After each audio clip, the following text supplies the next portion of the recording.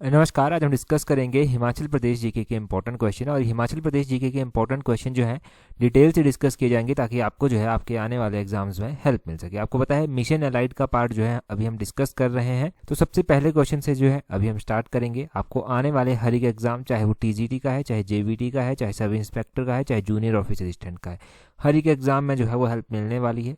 ये बेस्ड है, जैसे पीछे क्वेश्चन पूछे गए हैं एचपी पब्लिक सर्विस कमीशन के द्वारा, वैसे ही जो है हम भी यहाँ पर डिस्कस कर रहे हैं। सबसे पहले क्वेश्चन में बोलते हैं black Smith in Kinnaur district known by what name. तो बोलते हैं कि किन्नौर जिले में लोहार को किस नाम से जाना जाता है। अगर हम किन्नौर डिस्ट्रिक्ट की बात करें तो देखो, किन्नौर आपको पता है एक ट्राइबल डिस्ट्रिक्ट जो है वो आता है। तो यहाँ पर अलग अलग नामों से जो है वो अलग अलग चीज़ों को जाना जाता है। अगर हम बात करते हैं यहाँ पर लोहार को, तो ब्लैक स्मिथ को जो है यहाँ पर डोमांग कहा जाता है। ऑप्शन सी सही आंसर है। अब डोमांग कहा जाता है ब्लैक स्मिथ को, लोहार को। आपने इसी तरह क्या ध्यान रखना है कि ये जो किन्नौर डिस्ट्रिक्ट है हमारा, यहाँ पर जो है वो गेहूं को जो है वो रेजित कहा जाता है। क्या कहा जाता है? गेहूं को रेजित कहा जाता है। गेहूं को, ये आपने ध्यान रखना है। जो जौ होते हैं ना, जौ को टग कहा जाता है। टग जो है वो जौ को कहा जाता है। और साथ में मक्की को अगर पूछा जाए तो मक्की को छाहा कहा जाता है। छाहा जो है वो मक्की को कहा जाता है। किन्नौर के जो है वो सबसे इम्पोर्टेंट फेयर फेस्टिवल रहते हैं। किन्नौर के जो फेयर फेस्टिवल हैं वो हर बार एग्जाम में पूछे ही जाते हैं लगभग। पहले तो किन्नौर की रिब्बा वैली ध्यान रखना है, जिसको वैली ऑफ ग्रेप्स भी कहते हैं।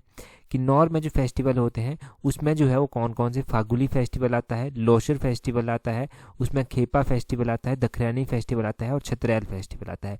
लास्ट टाइम भी रिवाइज हुए तो इस बार भी रिवाइज करना जो है वो इम्पोर्टेंट है। अगर हम किन्नौर डिस्ट्रिक्ट की बात करते हैं तो यहाँ पर सोंगटोंग परियोजना है, जो अभी न्यूज़ में भी थी। सोंगटोंग परियोजना जो है वो 450 मेगावाट की है। 2-3 बार अभी हम अलग अलग गिरिराज पत्रिका के एडिशंस में इसको पढ़ चुके हैं, आगे भी डेफिनेटली आती रहेगी, ये आप ध्यान रखें। तो हमने क्या जाना कि ब्लैक स्मिथ को डोमांग कहते हैं, लोहार को जो है वो डोमांग कहते हैं, गेहूं को रेजित कहते हैं, मक्की को छाहा के नाम से जानते हैं, और जो जौ होते हैं जौ को टग के नाम से, जौ को टग के साथ साथ जो है छा भी कहा जाता है। तो ये आप ध्यान रखें, ये बड़ी ही बेसिक टर्म है ना, इनको 2-3 बार रिवाइज करेंगे तो याद रह जाएंगी, बहुत डिफिकल्ट नहीं होता। अगला क्वेश्चन देखिए, बोलते हैं which of the following temple is believed to be constructed by 2 merchants Ahuka and Maniyuka. तो बोलते हैं कि निम्नलिखित में से कौन सा मंदिर है जो 2 व्यापारियों आहूका और मनियुका के द्वारा जो है वो बनवाया गया था, ये माना जाता है।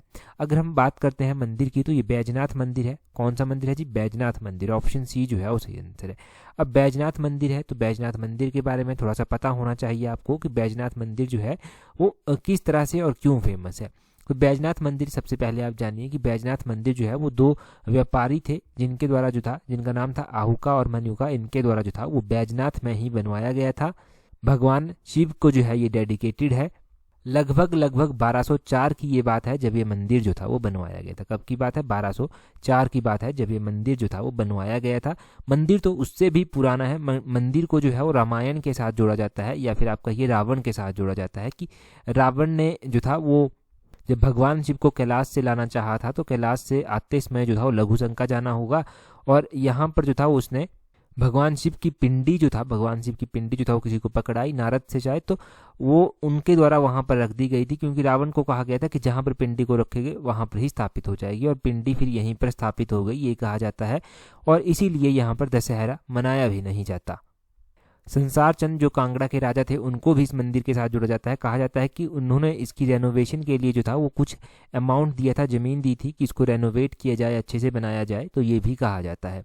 ये ध्यान रखें। अगर हम बात करते हैं चामुंडा टेम्पल की, तो चामुंडा देवी माता का मंदिर भी डिस्ट्रिक्ट कांगड़ा में ही आता है।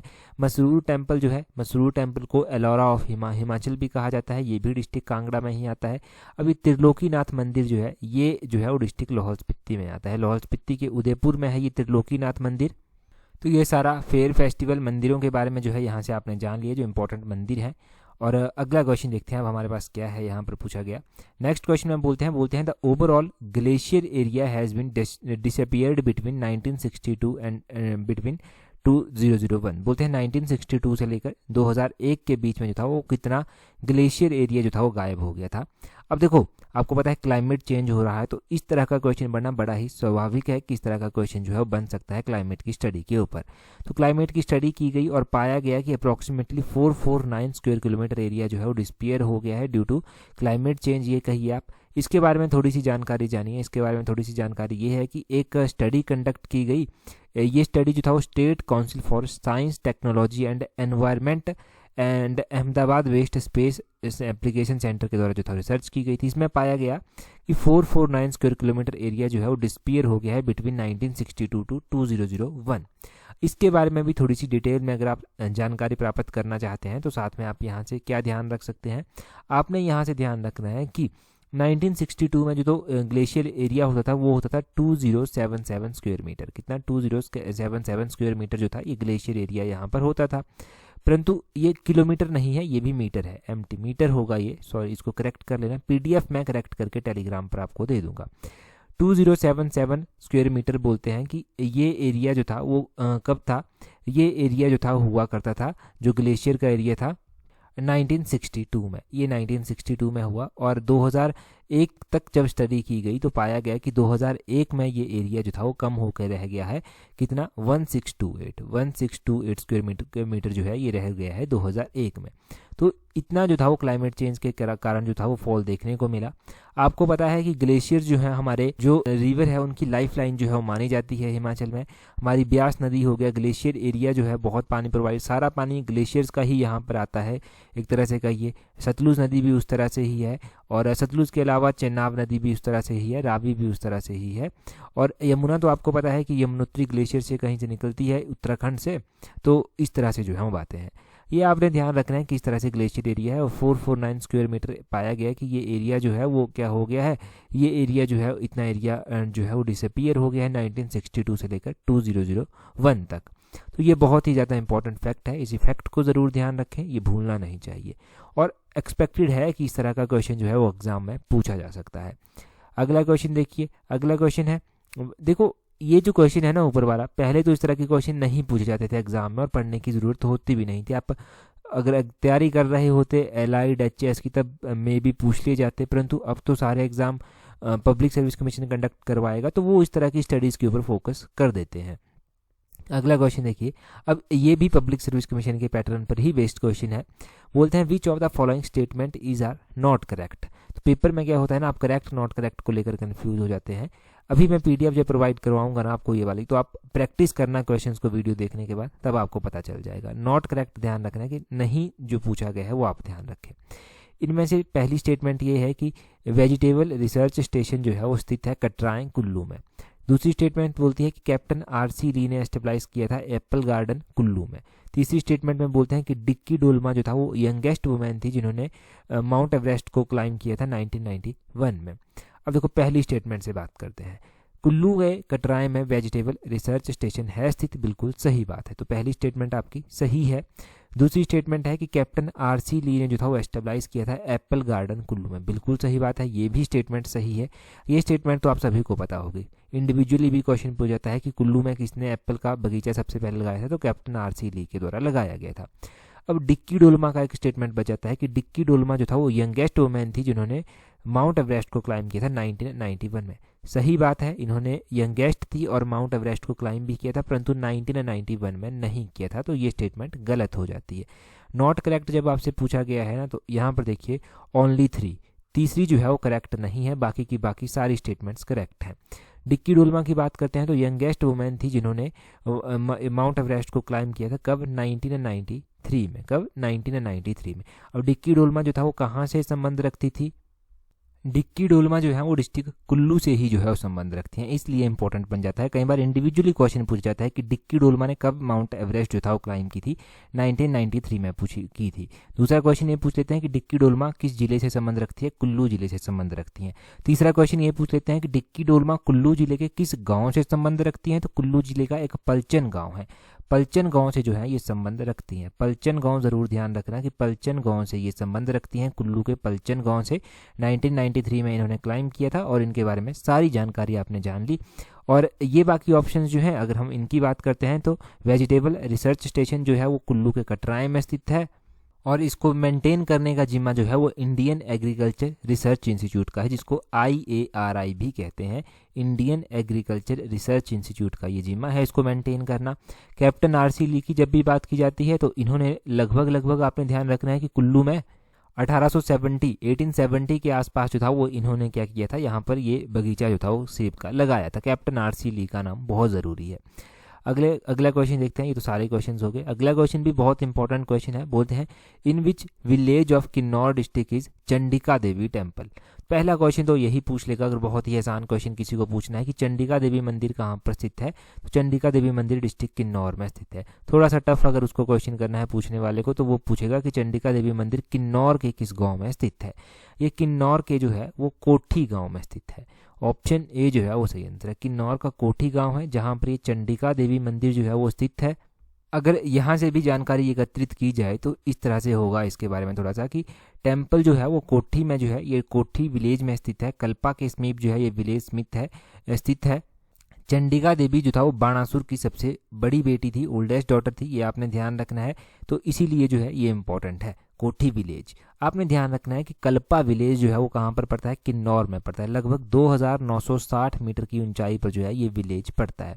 और अगर हम बात करते हैं ये कोठी विलेज कहाँ पर पड़ता है तो रिकांगपियो और कल्पा के बीच में जो है वो कहीं पड़ता है। कई बार एग्जामिनर क्या करता है ना, कोठी ना देकर कल्पा ऑप्शन में दे देगा और कोठी नहीं देगा तो कल्पा भी आप ध्यान रखना है कि इस तरह से कल्पा में जो है ये पड़ता है। तो ये हो गया, ये एक हिडन जेम के तरह है किन्नौर का और बड़ा ही फेमस है, ये आपने ध्यान रखना है। क्वेश्चन ये पूछ लेते हैं कि कल्पा कौन सी रिवर के किनारे स्थित है, तो कल्पा किन्नौर में बहती है सतलुज नदी, तो सतलुज रिवर बेसिन पर ही जो है ये कल्पा आया। ये आपने ध्यान रखना है कि सतलुज रिवर वैली पर ही जो है ये कल्पा बसा हुआ है। और बाकी तो किन्नौर के हमने अभी नाम जाने थे, फेयर फेस्टिवल जान लिए थे, तो ज़्यादा किन्नौर के बारे में जानने की ज़रूरत है अभी नहीं। अगला क्वेश्चन देखते हैं। अगले क्वेश्चन में क्या बोलते हैं which girl of Himachal Pradesh was the member of kabaddi team that won gold medal at 2014 Asian games. तो बोलते हैं कि 2014 की जो एशियन गेम्स हुई थी उसमें हिमाचल प्रदेश की एक लड़की थी जिसने जो था भाग लिया था, तो उस लड़की का नाम बताना है और इस टीम ने जो था गोल्ड मेडल भी जो था वो वहाँ पर जीता था। अगर हम हिमाचल के कॉन्टेक्स्ट से बात करते हैं तो ये क्वेश्चन बहुत ज़्यादा इंपॉर्टेंट बन जाता है, क्योंकि हिमाचल प्रदेश की जो लड़की थी, जो खिलाड़ी थी, इनका नाम क्या था, इनका नाम था कविता ठाकुर। कविता ठाकुर ऑप्शन बी जो है वो सही आंसर हो जाएगा। पहला क्वेश्चन ये बन गया। क्वेश्चन पूछने वाला इस तरह से क्वेश्चन पूछ सकता है कि कविता ठाकुर ने जो था वो कौन सी ईयर की जो गेम्स हुई थी उनमें भाग लिया था, तो 2014 की एशियन गेम्स में जो था वो इन्होंने भाग लिया था। क्वेश्चन पूछने वाला क्वेश्चन ये पूछ लेगा कि कविता ठाकुर कहाँ से संबंध रखती हैं, तो ये कुल्लू जिले से जो है वो संबंध रखती हैं। एक तो डिक्की डोलमा हमने पढ़ लिया, कविता ठाकुर दूसरा नाम आप ध्यान रखिए कि कुल्लू जिले से जो है वो संबंध रखती है। और साथ में आप ये ध्यान रखें यहाँ से कि यहाँ से ये जो कविता ठाकुर है कुल्लू में कहाँ से संबंध रखती हैं, तो कुल्लू के जगत सुख से जो है ये संबंध रखती हैं। कुल्लू के जगत सुख गाँव से जो है ये संबंध रखती हैं। अब देखो इसी तरह से एक और खिलाड़ी थे जिन्होंने 2014 की एशियाई गेम्स में जो था वो भाग लिया था, वो थे अजय ठाकुर। ये भी कबड्डी से संबंध रखते हैं और ये नालागढ़ से हैं, इनका भी ध्यान रखें। ये नालागढ़ से संबंध है, इनका नाम अजय ठाकुर है। कबड्डी की प्लेयर्स और कौन कौन सी है, तो प्रियंका नेगी है सिरमौर की। प्रियंका नेगी जो है ये भी जो है वो कबड्डी की प्लेयर है और इन्होंने 2012 की गेम्स में जो था वो भाग लिया था, जो 2012 में गेम्स हुई थी। अच्छा, हिमाचल प्रदेश के कुछ ऐसे प्लेयर जिनको अलग अलग अवार्ड मिल चुके हैं और वो फेमस हैं, तो उसी तरह से आपने ध्यान रखना है कि जो 1987 में सुमन रावत थी, एथलीट थी, इनको जो था वो अर्जुन अवार्ड मिला था, ये आपने सबसे पहले ध्यान रखना है। इसी तरह शमशेर जंग निशानेबाज थे और सीता गोसाई जो महिला हॉकी की कप्तान रह चुकी हैं, इनको भी जो है वो अर्जुन अवार्ड जो है वो मिल चुका है। और चौधरी चरणजीत सिंह का भी ध्यान रखना है कि ये भी इम्पॉर्टेंट है, इनको भी जो है वो अवार्ड मिल चुका है, अर्जुन अवार्ड। अब देखो जो लेटेस्ट कोई क्वेश्चन इस तरह का पूछा जा सकता है, हमने पहले भी डिस्कस किया है, अभी रिवाइज कर लेते हैं। आपने ध्यान रखना है कि हिमाचल प्रदेश की कुछ ऐसी प्लेयर्स रही हैं जो क्रिकेट से संबंध रखती हैं और उन्हें जो है वो वुमेन आईपीएल में जो है वो जगह मिली है। फर्स्ट टाइम वुमेन आईपीएल जो था वो कंडक्ट करवाया गया, तो इसलिए ये इंपॉर्टेंट हो जाता है। तो हिमाचल प्रदेश की रेणुका ठाकुर को जो है वो चुना गया है एक तो। इसके अलावा रेणुका ठाकुर के अलावा हरलीन कौर देओर हैं। इसके अलावा सुषमा वर्मा है, तनुजा कंवर हैं। इनको जो है वो चुना गया है अलग अलग टीम्स के लिए। तो ये क्वेश्चन भी नहीं भूलना चाहिए, ये भी एग्जाम पॉइंट ऑफ व्यू से ज़रूरी है। अगला क्वेश्चन देखिए जी, अगले क्वेश्चन में क्या बोलते हैं, बड़ा ही इंपॉर्टेंट क्वेश्चन है। देखो पब्लिक सर्विस कमीशन करवा रहा है कंडक्ट ये क्वेश्चन स्टेटमेंट वेस्ट में भी और वैसे भी पूछा जा सकता है। बोलते हैं during 2021-2022 what was the total production of fruits in Himachal Pradesh lakh tonnes. इससे पहले भी हमने इस तरह का क्वेश्चन को डिस्कस किया है मिशन एलाइड की सीरीज में ही, अब पता नहीं वो किस चीज़ का था, परंतु यहाँ से आप बहुत कुछ जानेंगे। कि बोलते हैं कि 2021-22 के दौरान हिमाचल प्रदेश में फलों का कुल उत्पादन पूछा गया है। अब एग्जैक्ट आपको पॉइंट टू पॉइंट ये चीज़ें याद होनी चाहिए। फलों का कुल उत्पादन जो है वो 7.54 जो है वो रहा है। कितना? 7.54 जो है वो रहा है हिमाचल प्रदेश में, और in term of a lakh metric ton में रहा है, लाख टन में जो है वो रहा है। ये आपने ध्यान रखना है। अब इसके बारे में फ्रूट प्रोडक्शन के बारे में थोड़ी सी जानकारी है हमारे पास, और ये याद भी रखनी है और याद रह भी जाएगी आपको। इसमें बोलते हैं कि फ्रूट प्रोडक्शन जो है वो इंक्रीज हो गई है, इस बार 7.54 लाख मैट्रिक टन तक जो है ये पहुंच गई है। इससे पिछले साल के 2021-22 की हम बात कर रहे हैं। अगर हम 2020-21 में देखते तो ये 6.21% जो था वो रही थी। अब इसमें जो इंक्रीज हुआ है ना, वो इंक्रीज भी ज़रूरी है। वो 20.83% का इंक्रीज हुआ है 2021-22 में। कितना इंक्रीज हुआ है जी 2021-22 में? 2021-22 में जो है वो 20.83% का इंक्रीज हुआ है। यहाँ से ना आपको 2021-22 की नहीं, 2020-21 की भी जो है वो साथ में याद रखनी है।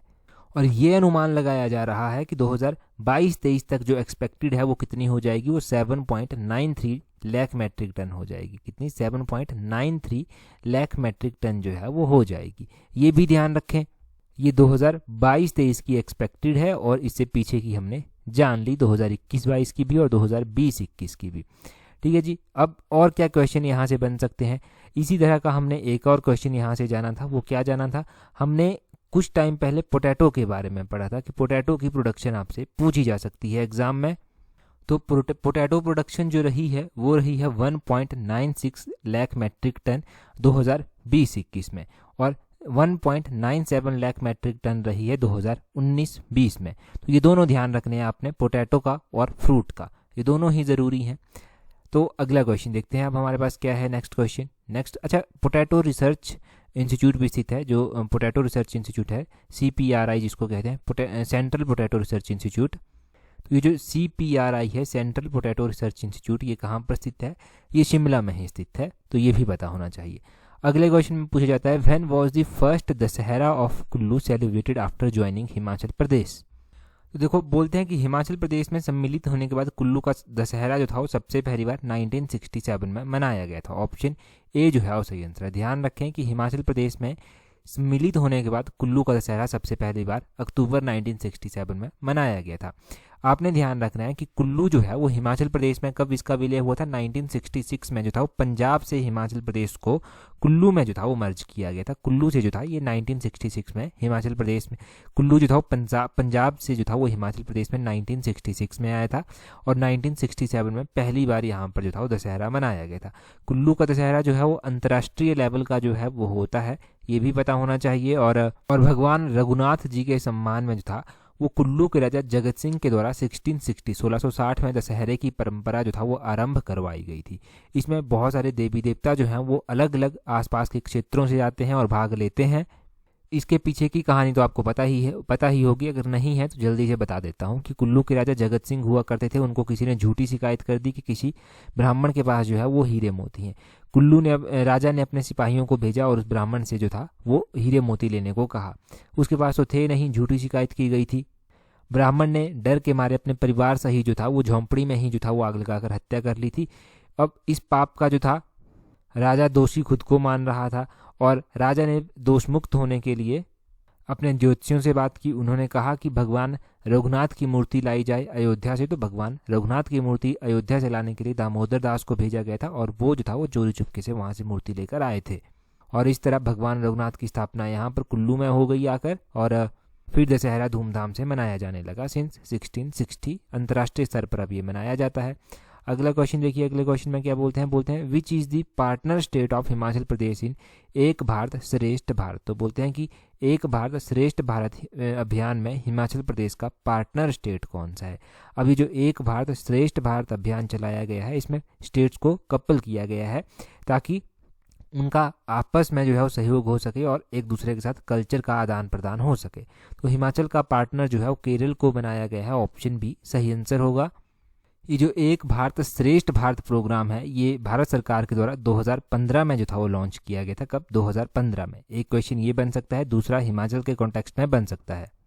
और इससे जुड़ी हुई जो मिनिस्ट्री है वो है मिनिस्ट्री ऑफ एजुकेशन। शिक्षा मंत्रालय के द्वारा जो है ये पहल की गई है ताकि कल्चर को जो है वो आदान प्रदान किया जा सके और स्टेट जो है वो आगे बढ़ सकें एक दूसरे के सहयोग से, या फिर यूं कहिए कि एक दूसरे से सीख कर आगे बढ़ सकें, ये ध्यान रखना है।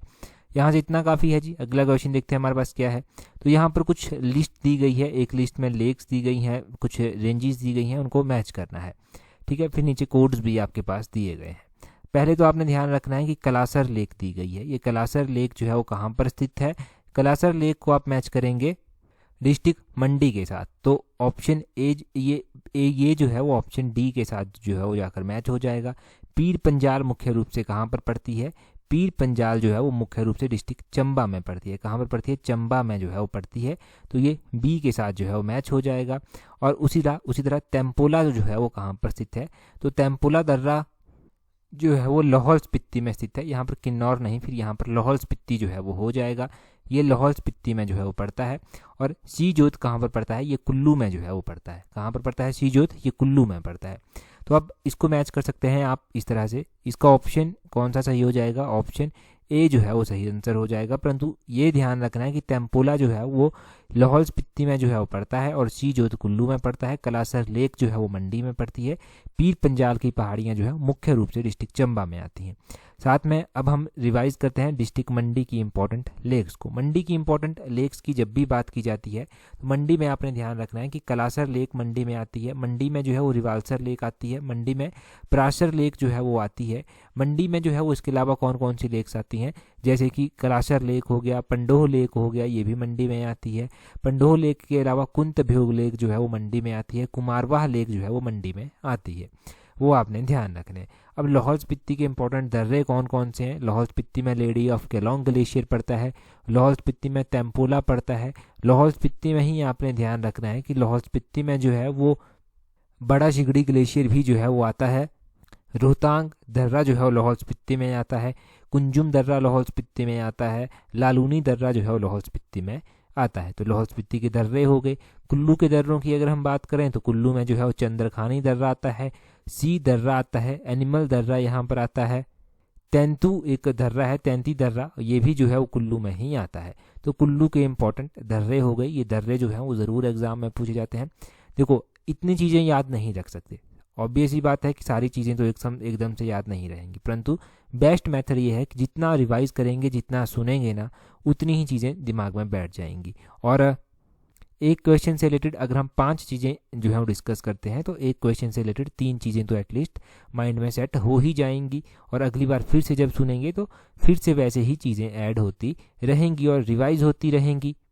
क्वेश्चन देखिए क्या है आपके लिए। क्वेश्चन है आपके लिए, in which building of Shimla town did A.O. Hume conceive the formation of Indian National Congress. तो बोलते हैं कि A.O. ह्यूम के मन में भारतीय राष्ट्रीय कांग्रेस की स्थापना का विचार जो था वो शिमला की कौन सी इमारत में आया था। ये बिल्डिंग्स आपके पास दी गई हैं। मिशन एलाइड का इससे पीछे वाला पार्ट जो है वहाँ पर हमने डिस्कस किया था, डिटेल में शिमला की बिल्डिंग्स के बारे में जाना था। जल्दी से कमेंट करके जो है वो बता दीजिए। साथ में आप यहाँ से इंडियन नेशनल कांग्रेस की जो डिटेल में जानकारी है वो भी बता सकते हैं, स्थापना कब और कहाँ पर हुई, ये भी इंपॉर्टेंट है, रिवीजन हो जाएगा। टेलीग्राम पर ज्वाइन कर लें। टेलीग्राम पर ज्वाइन करने के लिए अपने टेलीग्राम से @tallexam31 इस तरह से सर्च करना। आज की वीडियो में इतना ही काफ़ी है। That's all for today. Thank you very much for watching and listening it very patiently.